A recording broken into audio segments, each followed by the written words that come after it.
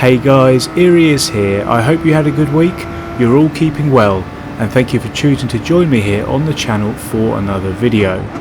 Now if this is your first time here and you like watching all sorts of sim racing related stuff, then subscribe now and click the bell icon as well so you get notified of every video I upload and you don't miss a thing. So here we are, first video back after the break. So for those that don't know, let me give you a quick run through of what has been going on or not on the channel. So last month I announced I was going to take a break because I, like everybody else, was getting frustrated by Gran Turismo Sport. Every video was a dirty driver this or penalty system messed me up that, and that was because that was what the game was serving up for me. I was getting pissed off, to be quite honest, and I didn't want that to be the direction the channel was taking. So I took a break from Gran Turismo Sport. It ended up being an entire month in total. I think the longest break I've ever taken from Gran Turismo Sport, to be honest. I also took a break though because I wanted to take a stand against them, and when I say them I mean Polyphony Digital, again not listening to the community. But now it looks like they are starting to. I'm not sure if it had anything to do with me, but I believe heavily in standing up for what you believe in. So that is the backstory. Fast forwarding a month to now, and here we are back for some daily race Cs, which this week is a combo I really enjoy, Group 3 at Monza. So we're here in the detached pre-race quali session, and the question is, in my first video back, does better equipment make you a faster driver? As you can see in the bottom left, we have a new wheel. Now Fanatec have kindly sent me their flagship product to use for my GT Sport content, the Podium DD1. This is its debut on the channel, and we're going to find out in this one if it's true that the better equipment you have, the better driver you are.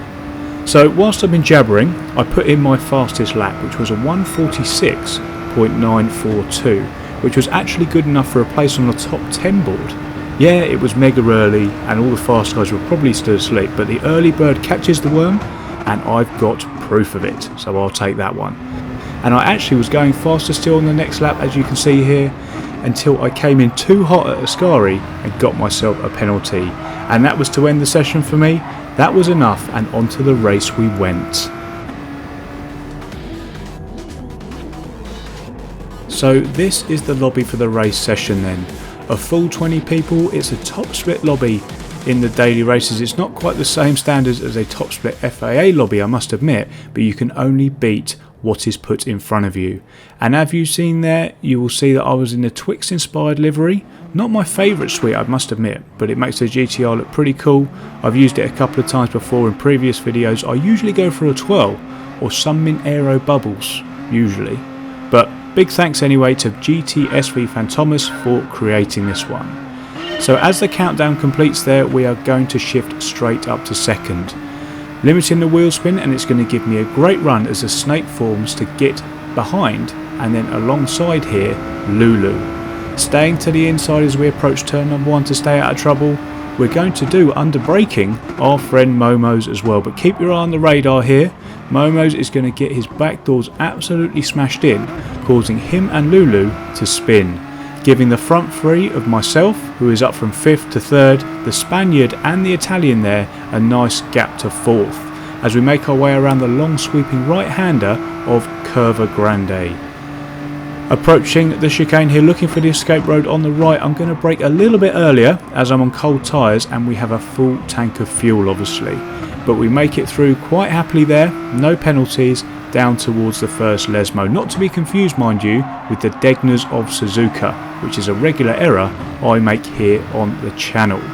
So coming into the second Lesmo here and then coming out of it, I take a lot more curb, as you should do there, putting me on the rear bumper of the Italian. So we're going to make our way down the hill here, under the bridge, and then back up towards Ascari. Coming into the corner there, he is going to brake way too deep, and we're going to dive around the outside, elevating us into second place. So a good start so far, up from 5th to 2nd, although there is quite a big gap to the Spaniard up in front. I'll take that as we've made it through what can usually be quite a difficult and treacherous first lap here at Monza. Fast forwarding all the way to lap number 4 now, we're circulating in second. The Spaniard in the lead has absolutely gone. I couldn't hold on to his slipstream. Fair play to him. Well done, sir. Absolutely rapid. He was about 3 seconds up the road at this point, and it was at this point we dropped down to third as the Belgian gets alongside. Notice here though, I'm going to get out of the throttle, and I do this because I have lost the place anyway, and I want him to get back onto the racing line before the braking zone. This will allow him to take his normal line and carry the optimal speed through the corner, not to hold me up, and both of us, to be quite honest. If I fought it, we'd be side by side going into turn number 1. He'd have to take the corner slower as it will be a tighter apex because he's on the inside, and I'd still be losing the position anyway. Plus another point is I need to preserve the gap as much as I can to the Italian behind. I don't want for him to get close enough to get into my slipstream, as at a place like Monza the slipstream is huge and it's a massive deal round here. He'll be with us if we give it to him in no time. Moving ahead slightly here towards the end of lap number 4, the Belgian, as you can see up ahead, has got himself a penalty. So coming through one of my favourite corners in all of motorsport, the Parabolica, concentrating on the exit there so we can stay with him and benefit from the slipstream down this massively long straight. I have learnt from my last live stream where I did not bump draft him in case he gets a penalty like the poor gentleman did last time out, but look at this. This is working together at its finest. I really appreciate intelligence and racecraft like that. He is going to move off the racing line as you saw there. He got out of the gas like I did before to let me through, again allowing me to keep my line and take the corner at optimal speed, which is going to allow us to not lose too much time. So we're eventually going to drop him here as he serves his penalty, and I'm not sure what the draft window is now. It did used to be about 1.5 seconds, but I've heard it's slightly smaller now. Either way, we're going to keep our head down here and try and pull away as we end what is going to be here our in-lap. Now this was the second race I did here. I didn't show you the first one, but we exposed Polyphony Digital's quality control department once again. To be fair, it was fixed quickly after I tweeted this at them. Well, I'm not sure it was me, but I'm sure it didn't help. But at least it means that they are starting to listen, as I said at the beginning of the video, to their community. So props to them for that. So I knew everybody was getting penalties at the end. So if you can't beat them, you need to join them, unfortunately. So as I come in here, I'm going to replace my mediums with another set of mediums so that I could keep up. Normally I'd put in a splash of fuel here because I don't need any fuel anxiety on top of everything else that I try to manage in a race, but you didn't need it in this one. There was plenty of fuel and we are on our way. Keeping within the white pit lane lines, of course, like an absolute gentleman, and we've managed to hold on to second, just about. With 13 seconds behind the Spaniard, who is yet to come in, and just in front of the Belgian we were working with earlier. So having worked together with the Belgian for the first phase of the race, obviously now that we've made our pit stops, mentality is going to change slightly. We don't want to be working together really. First place has gone, and it's going to change to defending our position, and we're going to start fighting for second. So as we come down the straight here into the big braking zone for the Parabolica, the only reason I'm showing you this is because you know I absolutely love these things. So, olé!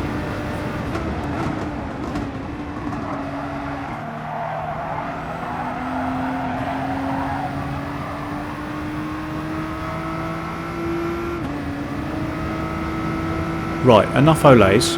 We're here at the end of lap number 7, and we're no longer, as I said, in the phase of the race where we're working with the Belgian.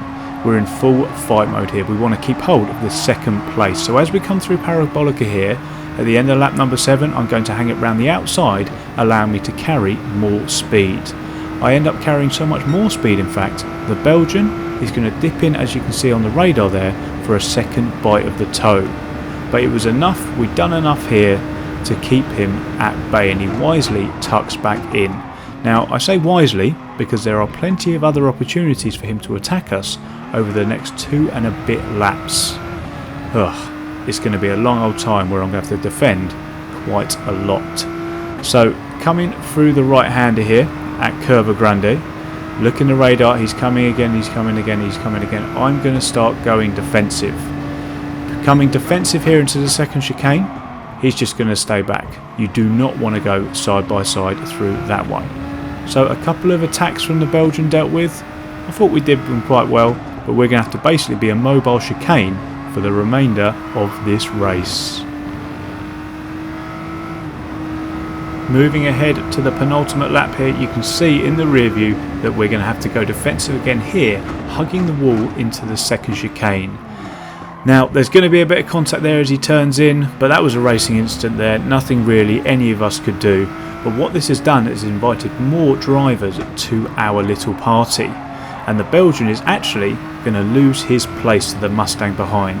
Our intention at this point, with just over a lap to go, was just hit our braking points and all of our apexes. I want them to concentrate on each other and not me, and allow me to scamper off into the distance. Moving on to the final lap, as you can see there, keep your eye on the delta as we try and hang on to this second place. We're going to stay on board for the entire lap here. Now just a quick point of note, I'm hoping that my OBS settings have been sorted and it's got buttery smooth 1080 60 FPS video. It certainly looks at it in the pre-edit anyway, so fingers crossed it comes out like that when I publish it. But thank you for you guys who pointed it out in the comments. But anyway, I just wanted to mention that. Let's now answer the question at the start of the video. Has the upgraded wheel made me any faster, and does better equipment make you a better driver? And I'm going to be completely honest here, my first impressions, as you can see as well, are yes. I'm actually going to contradict myself slightly. I'm not saying it makes you a better driver. If you can't hit apexes or find your braking points, this wheel will not save you. But the more precise feedback from the direct drive motor alerts you to a slide so much quicker and with so much more detail than a gear driven wheel such as a Logitech G29 or any belt driven wheel like the CSL Elite. And I'm qualified to say that because I've used all of them, as you'll know on the channel, extensively. But this direct drive allows you to use one drive as close to the limit as possible, and two, not crash, which is always quite a key thing. As this is the only direct drive wheel on the market as well, that I should say, it is an absolute no-brainer. If you want a direct drive wheel and you want the best wheel in my opinion for Gran Turismo Sport and Assetto Corsa Competizione that's coming very soon, the Fanatec DD1 is the wheel for you. And by the way, if you are going to buy it, please do consider using my affiliate link. I do get a kickback of anything you buy, and yeah, it just helps, to be honest. But we've closed out the race here and we've managed to hold on to second by a decent margin in the end, and we've pulled out a decent result in my first video back here on Gran Turismo Sport. So here's our second place being confirmed then, with car number 5. So we finished 3 places higher than we should have done, so it should be doing quite well for us in terms of driver rating.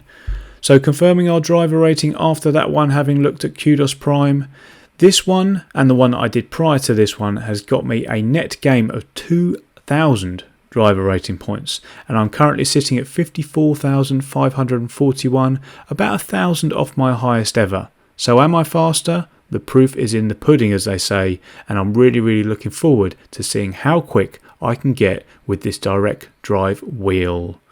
But for now guys, that is the end of the video. I do hope you enjoyed the video. If you did, please do hit that like button and make sure you're subscribed to the channel if you haven't already. We also have merch too, remember, so go get yourself some in the Teespring store below if you want to support the channel there. But thanks again so much for watching guys, and I will see you in the next one. Cheers.